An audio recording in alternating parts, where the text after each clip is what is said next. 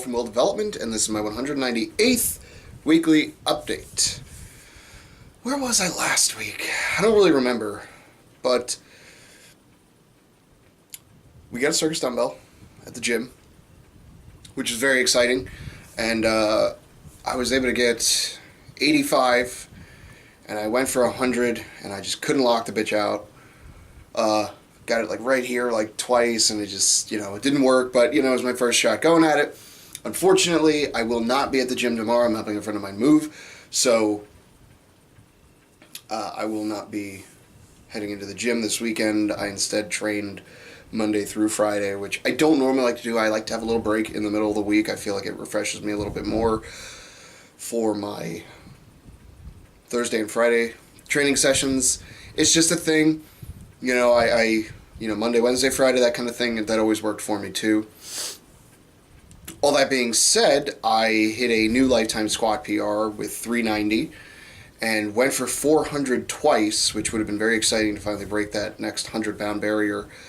Unfortunately, the first time I went for it, I got closer than the second time. And it's not even like I wanted it more the first time. I really wanted it more the second time, but when I was coming out of the hole, my knees just caved in on that first attempt, and I fought it, and it was just not moving, and I just kept trying, and it just, eventually the weight just pushed me back down. It happens.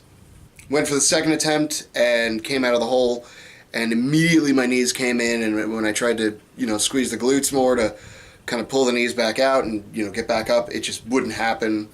Given that I'm just coming off of a knee injury, I figured it best to just let that one go.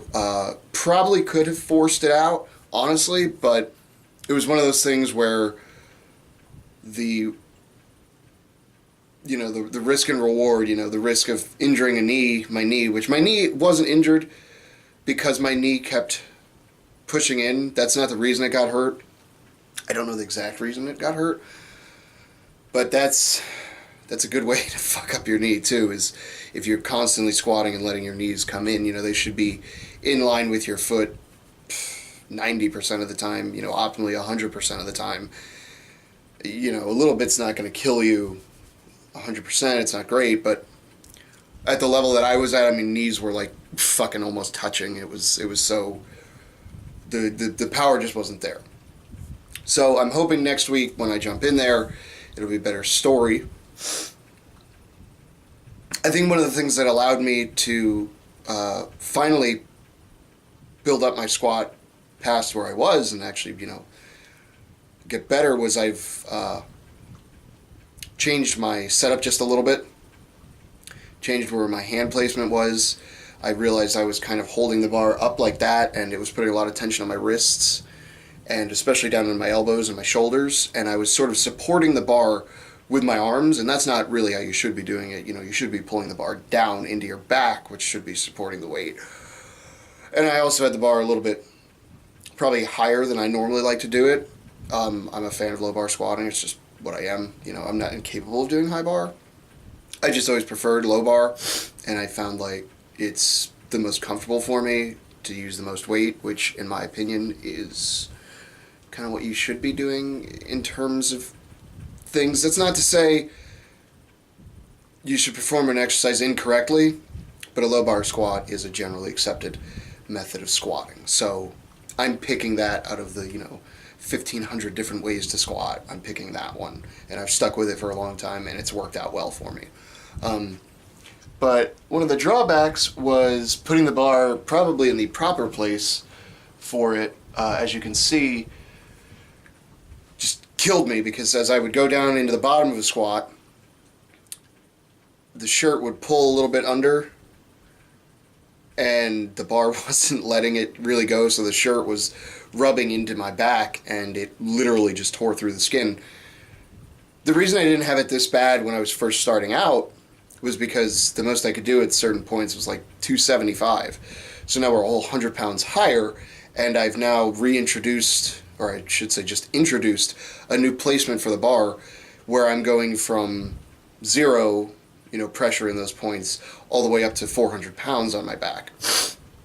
And because of that, that's what's caused my skin to just like tear apart like that.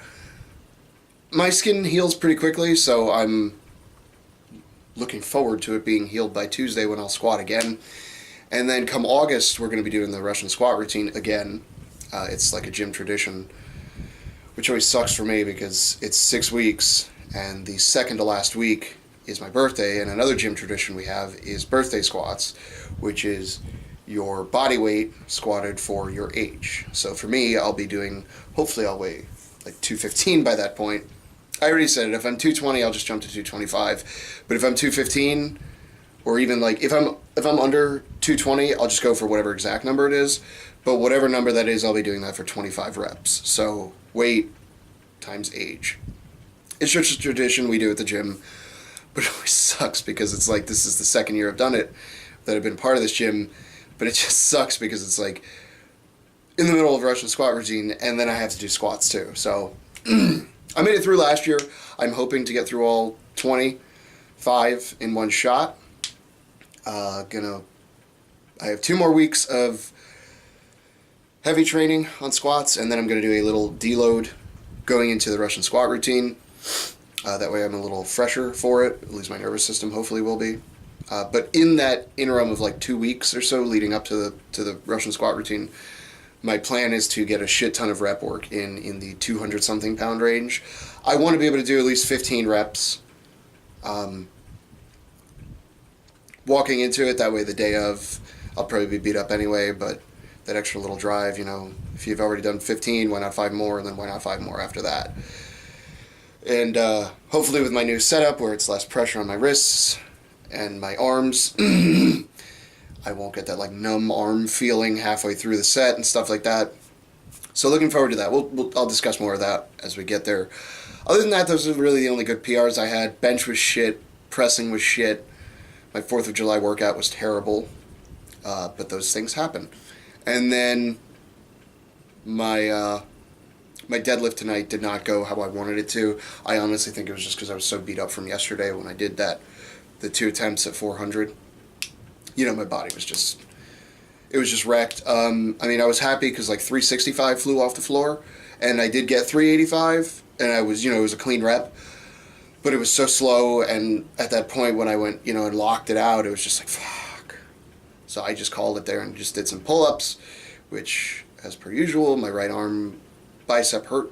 So it is what it is. I'm actually figuring out how to work on that. I'll talk about that more next week. What's wrong with my arm and why there's like a lot of pain sometimes in certain positions. And we'll get to that next week.